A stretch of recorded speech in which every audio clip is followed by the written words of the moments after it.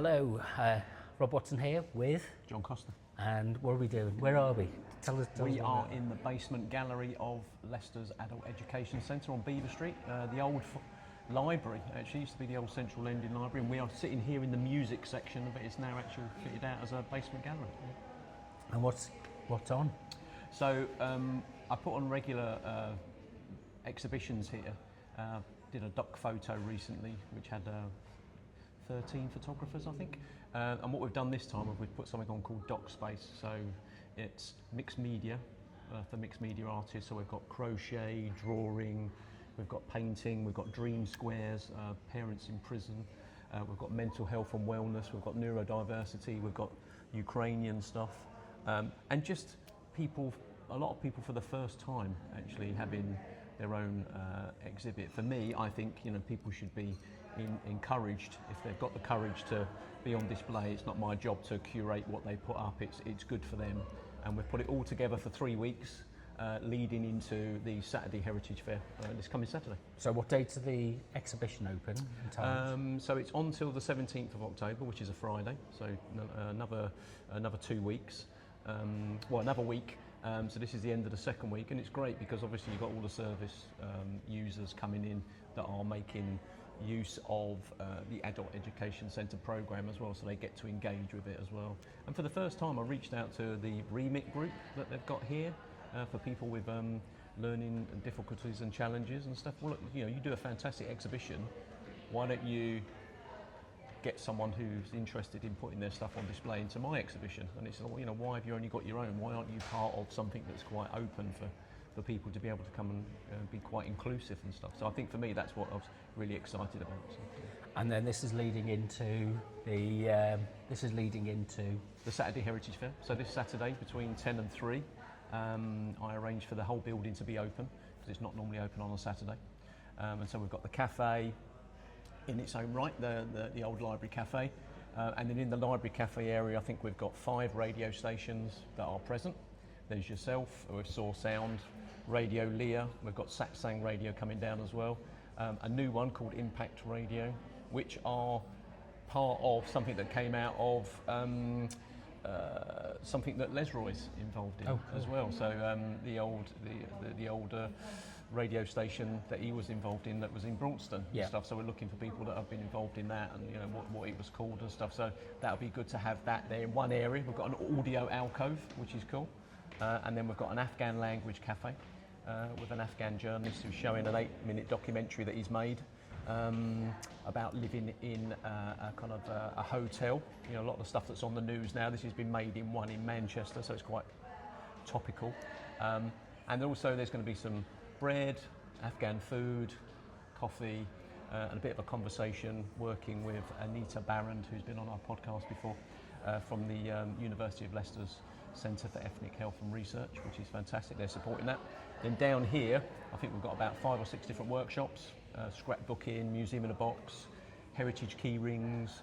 You can make an embroidery square with the Ukrainians, you can make a dream square with the Ebb guys, and then up in the main hall we've got about 27 different organisations that are coming, talking about lots of different things.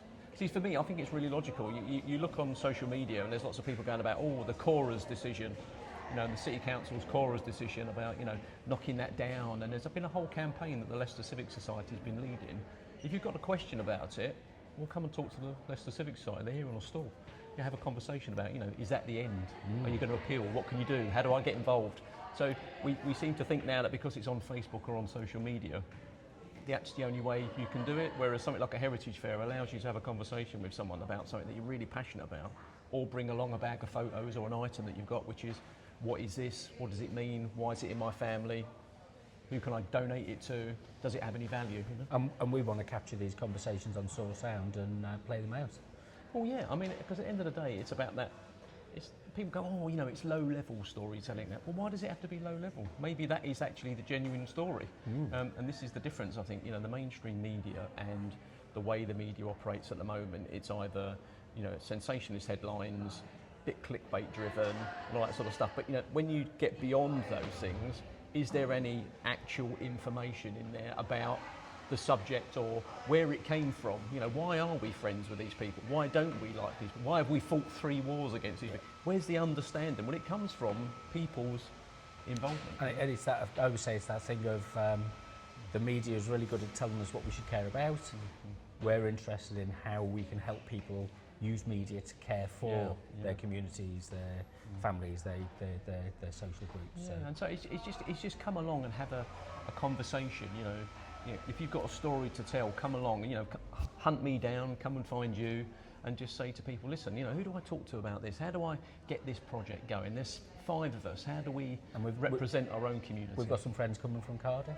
Yes, we've also got Russell and Andy coming up from Wales, from Grow Social Capital, and they're going to be talking about some very successful projects that they've got around Pocket Museum. So we did something with the Modern Cockney Museum as a pack of cards, and they've gone off and done some other stuff with some amazing communities in that part of the world, particularly one called Splot. And what we're thinking about with them is working in collaboration with the Independent Heritage Network, Decentered Media, partners like Evington Echo, Source Sound, in maybe trying to create a pocket museum of things about Leicester that defines what it is, as opposed to what you'll see behind some glass cabinet if you go up to a museum, if the museum's open. So like a swan, you're gliding down the river and paddling furiously underneath, is that? Absolutely, yeah. I try not to get too stressed about it. I posted this morning a picture of me taking a picture of the image outside adult education, and then my body just started aching about the physical impact that it has on me, setting it up and taking it down, of like humping 24 tables around and just all that stuff that you absorb because everybody else is having a meltdown, and you're just like, that'd be absolutely fine. Yeah, I'm sure the Wi-Fi will work in a minute. Yeah. Of course I've got a power cable extension for you because you've forgotten yours. Yes, of course I've got spare tablecloths, you know, all that stuff that people don't see, the glory end of it. The joys of project management. Absolutely. Well, looking forward to it. Cool, thank you for the support. I will speak to you soon. Yeah, thanks.